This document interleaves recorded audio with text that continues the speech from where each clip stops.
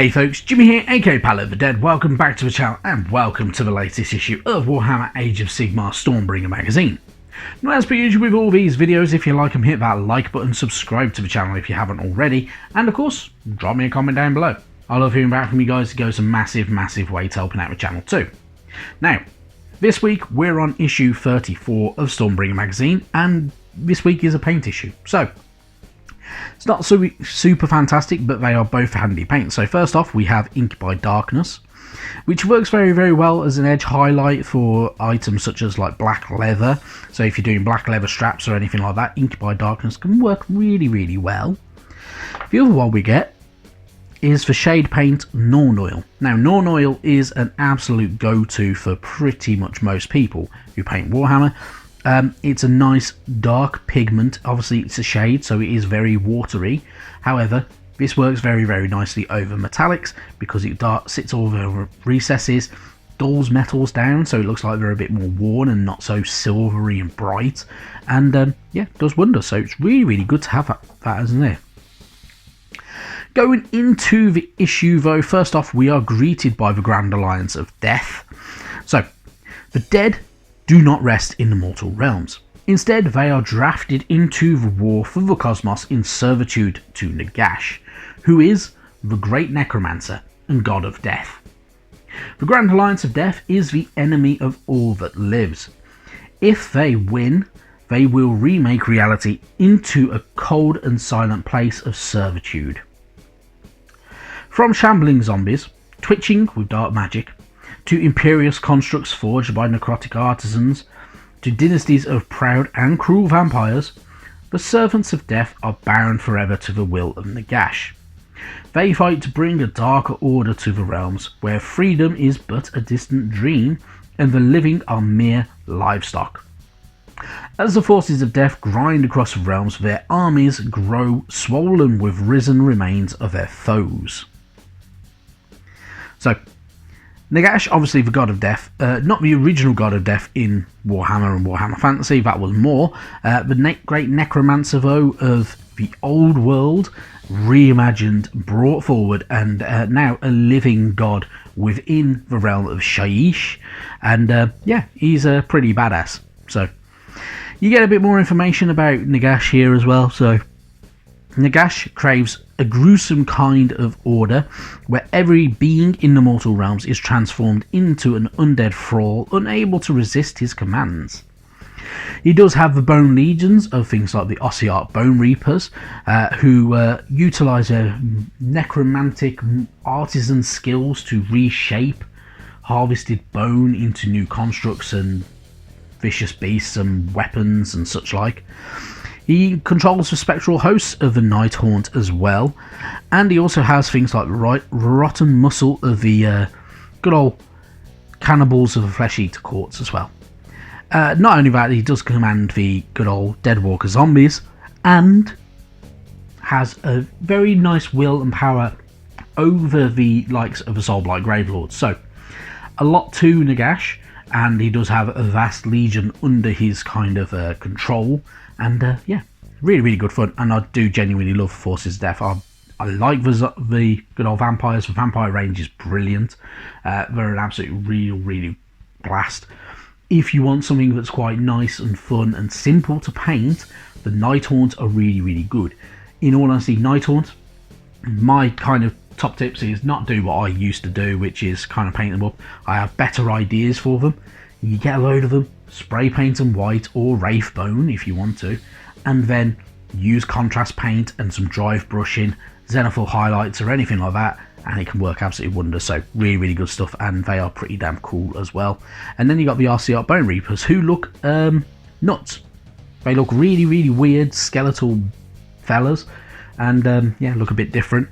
And then you've got the Flesh Eater courts. The Flesh Eater courts are these horrible ghoulish vampire looking creatures that are more cannibals, and they're not related to the vampires, but they're weird and yeah, nuts. So really good stuff. Moving on though, we get more to the Gloomspite Gits. So obviously this is where you can roll your Gits names and such like that from these tables. So you have roll a d6 and another d6 and you'll get your name. So you could have like Snick or Gabbler, and such like that for the names, and more on the other side, so including their hero titles and their unit names as well. So pretty damn cool stuff.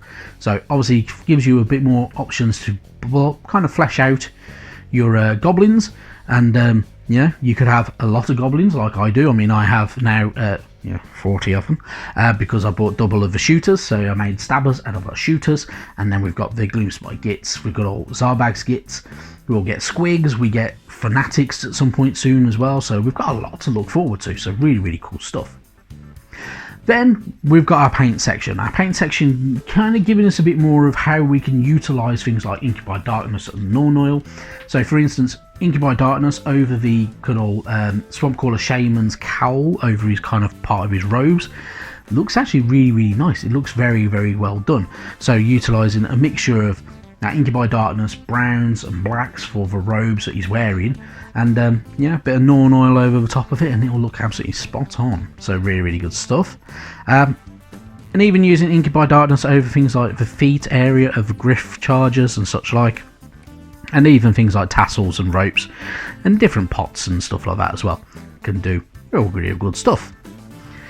And then we get more about tidying up and corrections and such like that as well, so utilising it to kind of just neaten out your mistakes. So if you've made any mistakes, your options to kind of how to kind of get it back in line as you go. And then Norn Oil. So Norn Oil, as I say, very nice over metallics. So putting it over things like your metallics, like even your golds and such like that, gives you a duller gold. If you want a nice warm gold though, Reichland Flesh Shade is even better for golds. Over things like silvers though, Norn Oil is absolutely brilliant. It works wonders. It makes everything look dull and kind of dulled down.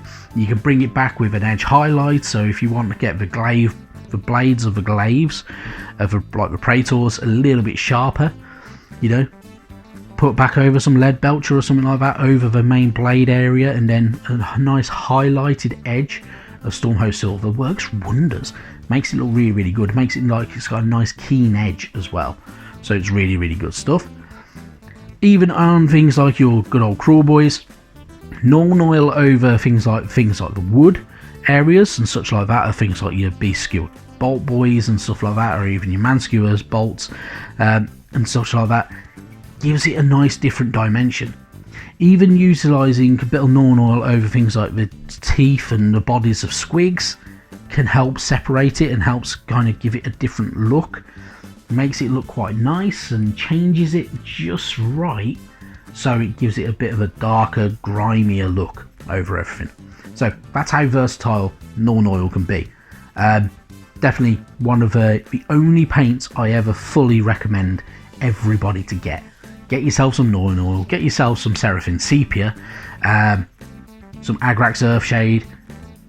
They're your go-tos for shades. You don't really need many others unless you really want to experiment and push your boat out and everything like that.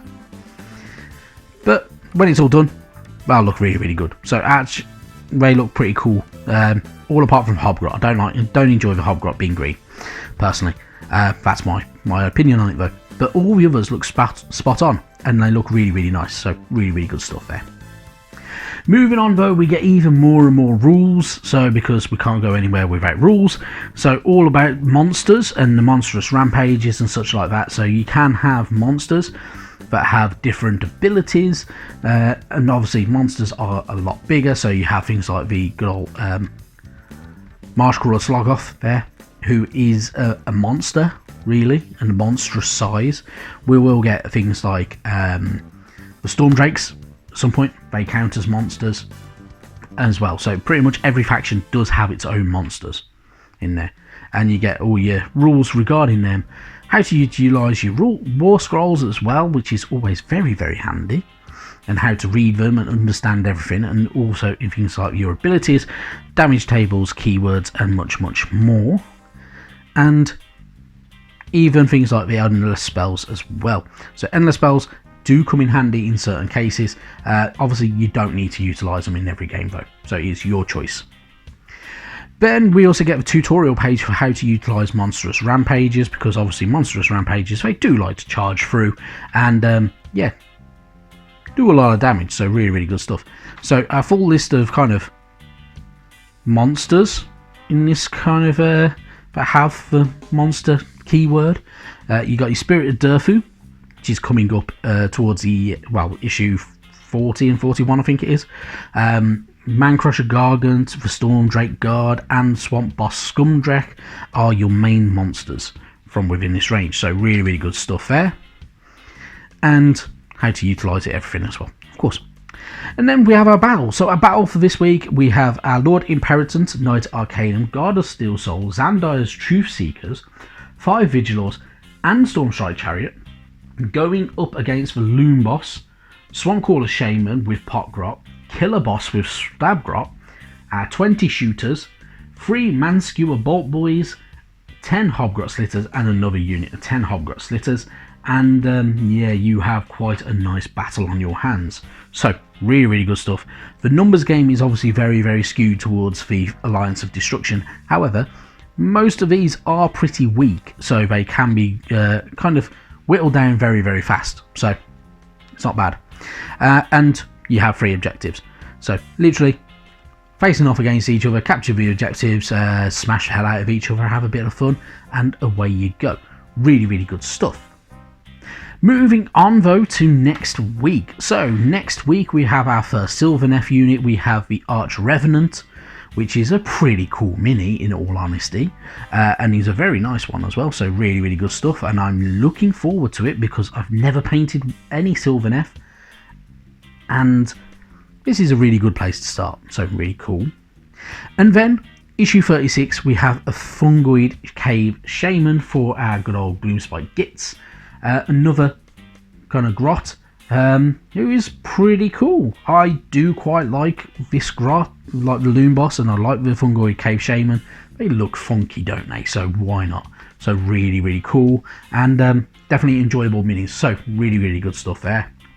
And obviously we have a lot more to look forward to with more cool minis on the way.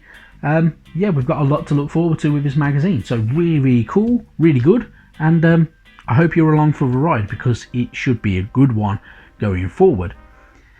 With all that said though, thank you very, very much for watching.